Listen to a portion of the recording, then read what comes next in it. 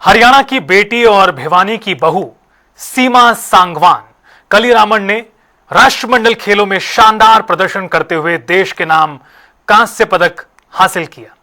दरअसल सीमा ने महिला डिस्कस थ्रो स्पर्धा में 58.65 मीटर का थ्रो कर यह उपलब्धि हासिल की। वहीं उनकी जीत पर चरखी दादरी और भिवानी में खुशी का माहौल है, तो वहीं दूसरी ओर परिजनों और ग्रामीणों ने लड्डू बांटकर जश्न मनाया। साथ ही इस पर सीमा ने कहा कि अब उनका लक्ष्य एशिया कप और ओलंपिक में मेडल जीतना है।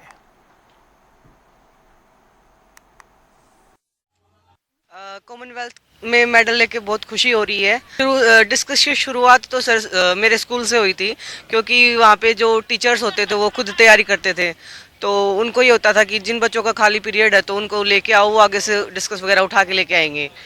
तो मैं भी उनमें से एक ही थी, तो मैं भी आगे से थ्रो करती थी डिस्कस की। तो जो हमारे स्कूल की डिप्पी होती थी वो बोलती थी कि भाई ये अच्छी फेंक रही है, इसको अब की बार स्कूली स्टेट में लेके जाएंगे, फिर स्कूली जोनल में लेके जाएंगे।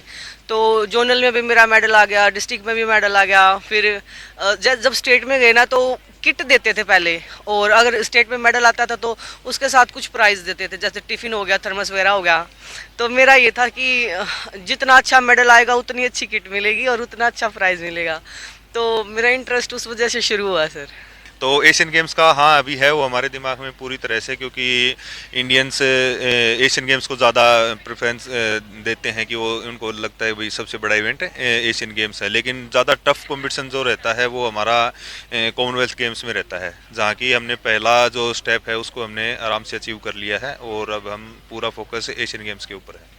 हमने 2023 में जब दोबारा स्टार्ट किया, यानी कि हर चीज़ बच्चा भी हो गया था और सारी चीज़ें छोड़ने के बाद ये था कि हाँ अब दोबारा गेम स्टार्ट करते हैं। और अब जो गेम स्टार्ट करेंगे वो इसलिए नहीं करेंगे कि हमें कहाँ मेडल जीतना है, नहीं, हम चाह रहे थे कि हम गेम को करेंगे तो इसलिए करेंगे कि हम कहाँ तक खेल सकते हैं या हम किस किस इवेंट में जा सकते हैं। जैसे कि हर एथलीट जो इस पूरी दुनिया में है उसका एक सपना होता है कि वो ओलंपिक जाए, कम से कम कि ओलंपिक तो खेले।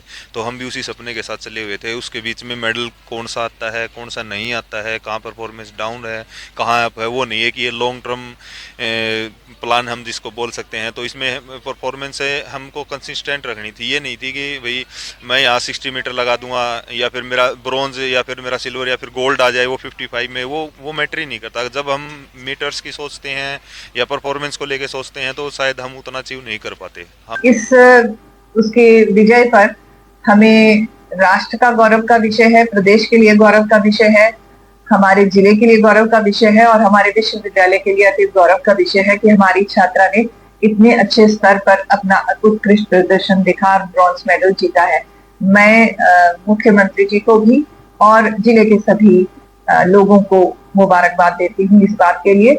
और जिस तरह का हमारा स्वप्न है सरकार का कि हरियाणा जो है वो अभी भी उत्कृष्ट दिखा रहा है प्रदर्शन खिलाड़ियों का, आने वाले समय के अंदर और इनकी प्रदर्शन में बेहतरी मिलेगी हमें, ऐसा मुझे विश्वास है। इस मौके पर मैं सीमा को विशेष रूप से बहुत बहुत बधाई देती हूँ, उसके परिवारजनों को बधाई देती हूँ, क्योंकि उनकी लगन के साथ साथ उनके परिवार का भी बहुत बड़ा सहयोग उनको मिला है। और मैं उनके टीचर सुरेश मलिक जी, संपूर्ण विश्वविद्यालय को मुबारक देती हूँ।